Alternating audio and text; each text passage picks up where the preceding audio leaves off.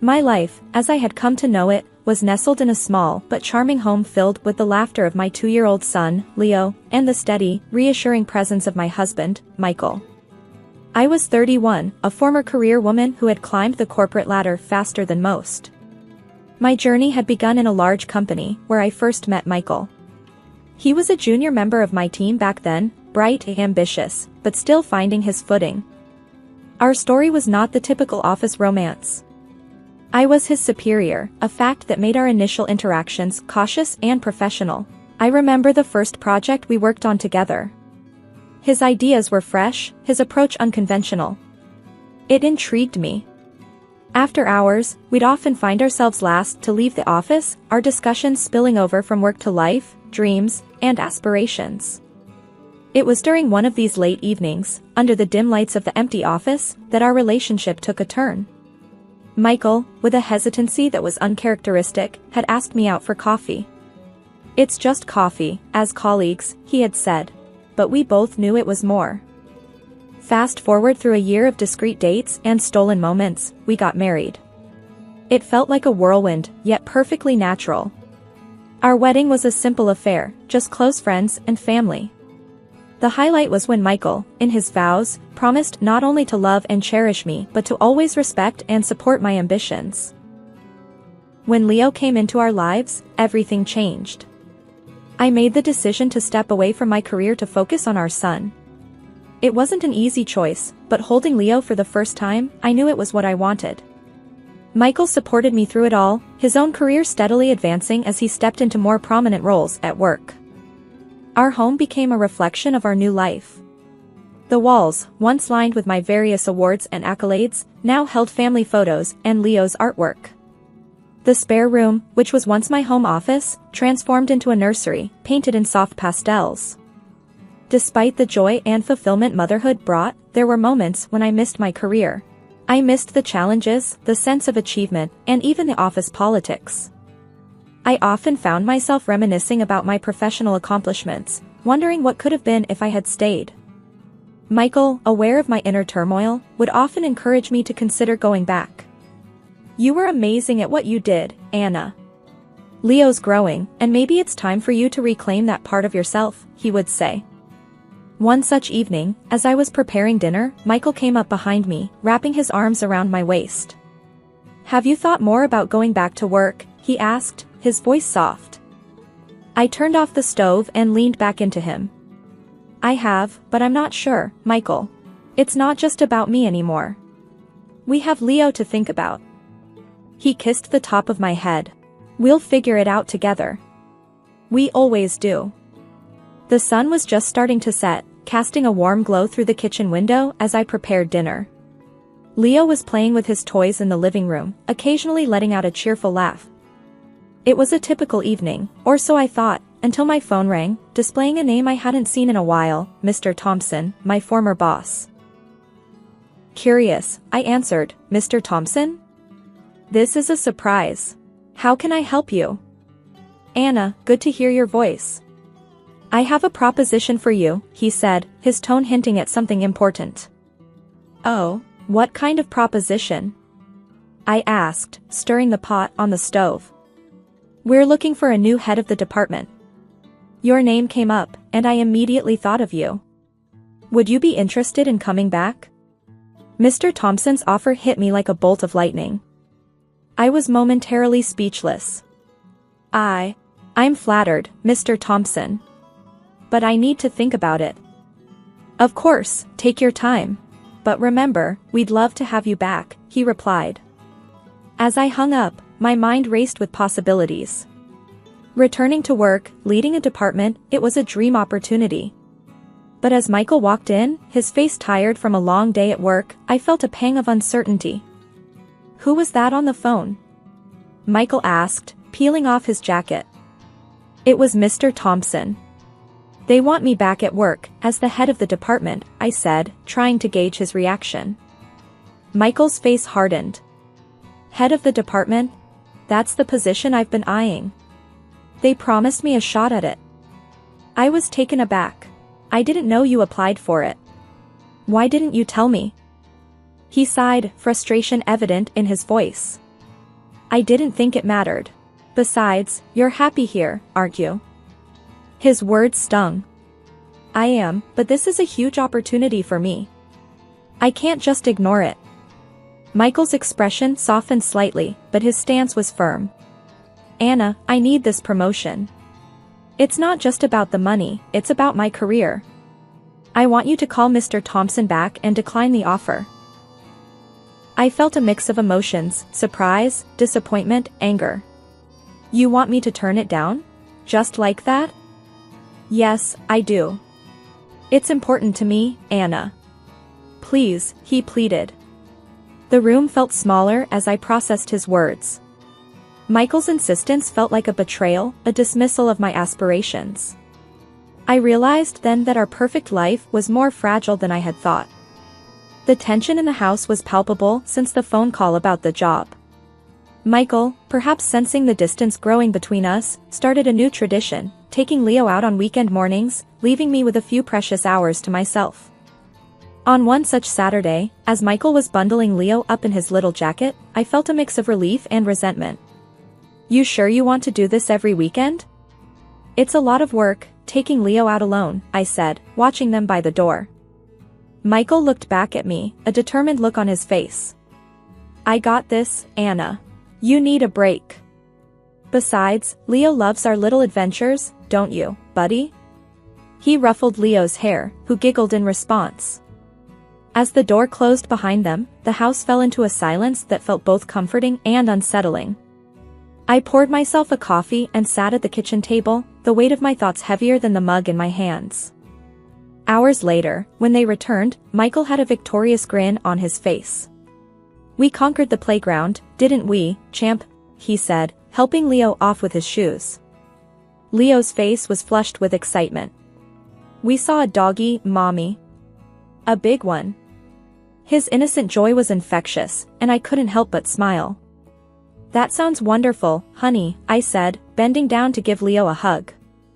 I looked up at Michael, trying to read his expression. Did you have fun too? Michael nodded, a hint of something softer in his eyes. Yeah, it was good. We should do this more. It's good for him. And for us. His words, simple as they were, hit me unexpectedly. It was an olive branch, a small step towards mending the rift that had formed between us. Maybe I could join you next time, I suggested tentatively. He paused, then nodded. Sure, that could be nice. As I watched them play in the living room, a sense of normalcy crept back into our home. The job offer still hung over us like a dark cloud, but in these moments, it felt like we could find our way back to each other. The weekend had unfolded in its usual rhythm. Michael had taken Leo out for their Saturday morning walk, a routine that had become their special father-son time. As I settled in with a cup of tea, I remembered the smartwatch I had secretly slipped onto Leo's wrist for safety. Michael didn't know about it. I thought it was better that way, just a small measure of reassurance for me. Casually, I opened the app on my phone to check their location, expecting to see them at the nearby park as usual. But the blinking dot on the map was nowhere near the park. It was several blocks away, in a residential area unfamiliar to me. My heart raced with confusion and concern. I dialed Michael's number, trying to keep my voice calm. Hey, where are you guys? Leo wanted to show me something he found in the park, but we can't seem to find it. There was a brief pause before Michael replied, his voice too nonchalant. We're just at the park, near the pond. Leo's having a blast feeding the ducks. His words didn't match the GPS location. I felt a knot in my stomach. Sounds fun. See you when you get back, I said, ending the call. As I hung up, a flurry of questions invaded my thoughts. Why would Michael lie about their location? What was he hiding? I decided not to confront him about the smartwatch. I needed to know more, to understand what was happening before revealing my hand. The rest of the morning, I was restless, my mind spinning with possible explanations. When they returned home, Leo was his usual cheerful self, chattering about the ducks and the playground. Michael seemed relaxed, unaware of my inner turmoil. How was the park? I asked, watching Michael for any sign of discomfort. It was great.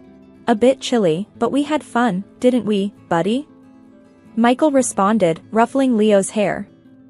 Leo nodded eagerly, oblivious to the tension. We saw big ducks, mommy, and a doggy. I forced a smile, playing along with their tails. That sounds lovely. I'm glad you both had a good time. As the day went on, I couldn't shake off the unease. Michael's deception, however small it seemed, had planted a seed of doubt in my mind. What was he doing in that unknown neighborhood? Why lie about it? For a whole week, my mind buzzed like a beehive, disturbed and restless.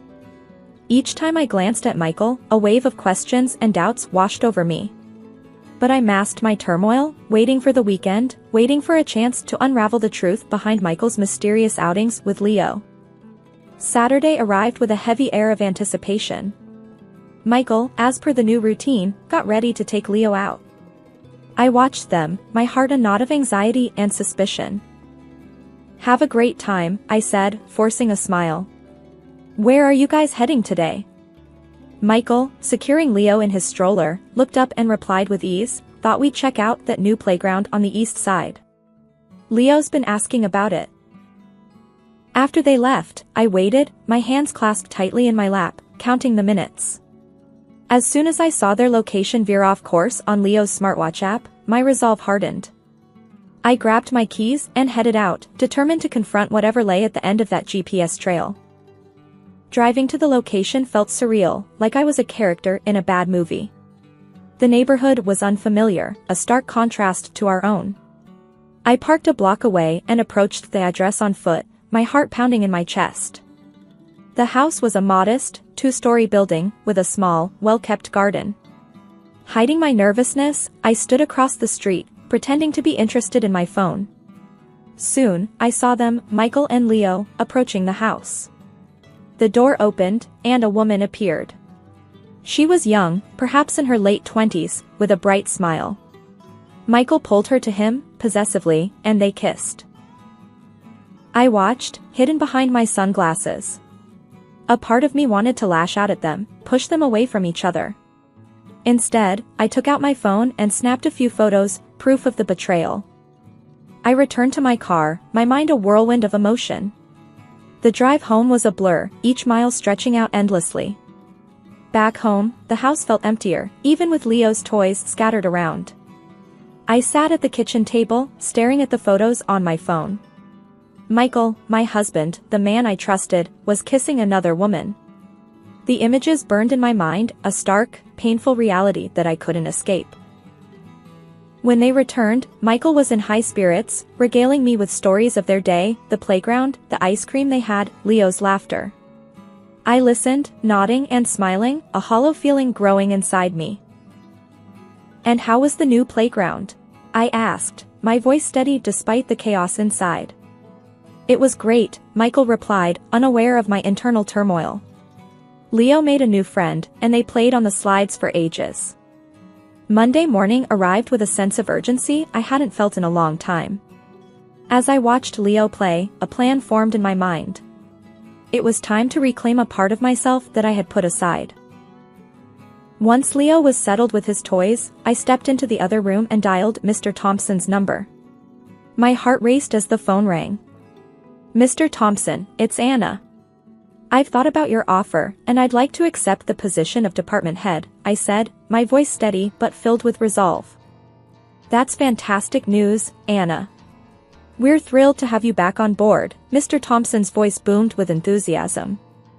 After the call, I felt a mix of excitement and apprehension. I had taken the first step towards a new chapter in my life, one where I wasn't just a wife and mother, but also the professional I used to be. The day passed slowly, the weight of the impending confrontation with Michael heavy on my mind. When he finally came home that evening, his mood was off. He slammed the door a bit harder than usual and threw his keys on the table. Anna, we need to talk. Why did Thompson call me today saying you took the job? The job that was supposed to be mine? His voice was laced with anger and disbelief. I took a deep breath, meeting his gaze. I did take the job, Michael. It's time for me to get back to my career. Your career? What about our agreement? What about our family? He shot back, his voice rising. Our family will be fine.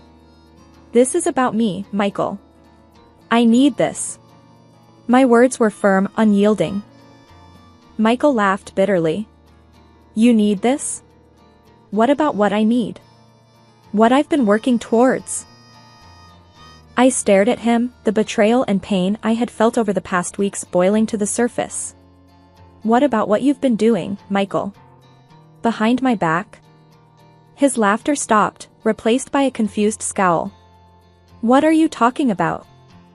I pulled out my phone and showed him the photos I had taken. I know about her, Michael. I've seen you with her. His face paled as he looked at the photos, his anger dissolving into a mix of shock and guilt. Anna, I can't explain. No, Michael. I don't want to hear it. Not now. I cut him off, my voice shaking with emotion. You've broken our trust, and now I need to focus on myself and Leo.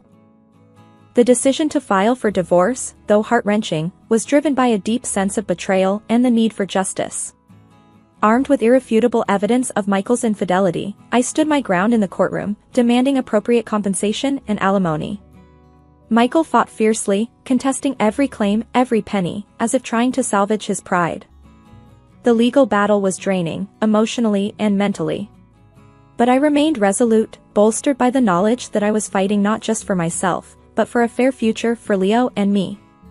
The court, recognizing the weight of the evidence, ruled in my favor. It was a bittersweet victory. The repercussions of our publicized divorce extended beyond the personal to the professional. The scandal of Michael's affair, once private, became a public spectacle. It wasn't long before the company we both worked for was embroiled in the controversy. Unable to weather the storm, they let Michael go. I remember the day he confronted me about it. His anger was palpable, his words sharp with blame. Are you happy now, Anna? I've lost my job because of this mess, he exclaimed, his voice tinged with bitterness. I met his gaze, my own resolve unwavering. You brought this on yourself, Michael. You made your choices, and now you're facing the consequences. He scoffed, shaking his head. I can't believe how cold you've become. You're just sitting pretty while I have to scrounge for a lesser-paying job. His words stung, but I didn't let them sway me. This isn't about revenge, Michael. It's about doing what's right. It's about justice for what you did to our family. Our relationship, post-divorce, was anything but amicable. Michael's resentment towards me only grew with each alimony payment, with every job application that led nowhere. And while I took no pleasure in his struggles, there was a part of me that felt vindicated. Justice, in its own way, had been served. Life after the divorce felt like walking on unfamiliar terrain. Each step was cautious, yet with every passing day, I grew more confident in my new role as a single mother and a professional woman reclaiming her career. One crisp morning, as I was getting Leo ready for school, he looked up at me with his big, curious eyes. Mommy, are you okay? You seem different. I knelt down to his level, brushing his hair back. I'm more than okay, Leo. I'm strong, and we're going to be just fine. He smiled, that pure, innocent smile of a child. I think you're like a superhero, Mommy. Like in my comics.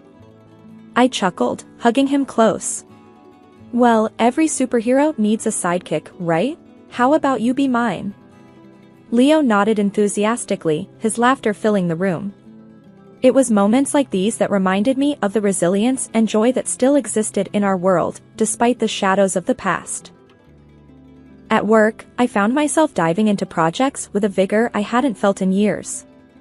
My colleagues noticed the change too. One day, my coworker, Jenna, commented on it during lunch. You seem different, Anna.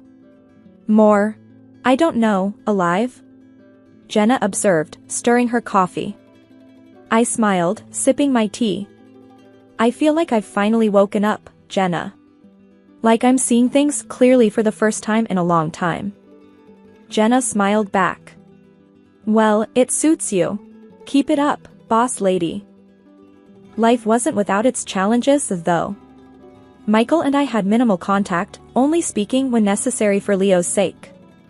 Our conversations were brief, to the point, and often tense. On one such occasion, as we discussed Leo's upcoming parent-teacher conference, Michael's frustration was evident. "I can't make it to the meeting, Anna. I have to work," he said curtly over the phone. I took a deep breath, keeping my tone neutral. "That's fine, Michael. I'll handle it. Leo's doing great in school, by the way." There was a pause. "Thanks, Anna. Let me know if there's anything really important." As the days turned into weeks, and weeks into months, I found solace in the small victories and joys of everyday life. Leo's laughter, the satisfaction of a job well done, the support of friends and family, these were the things that now defined my days. I realized that moving forward wasn't about forgetting the past, but about learning from it, growing stronger because of it. It was about building a new life on my own terms, filled with hope, resilience, and the promise of new beginnings. As I looked at Leo, growing taller and more confident each day, I knew we were on the right path. Together, we were moving forward, stepping into a future that was ours to shape.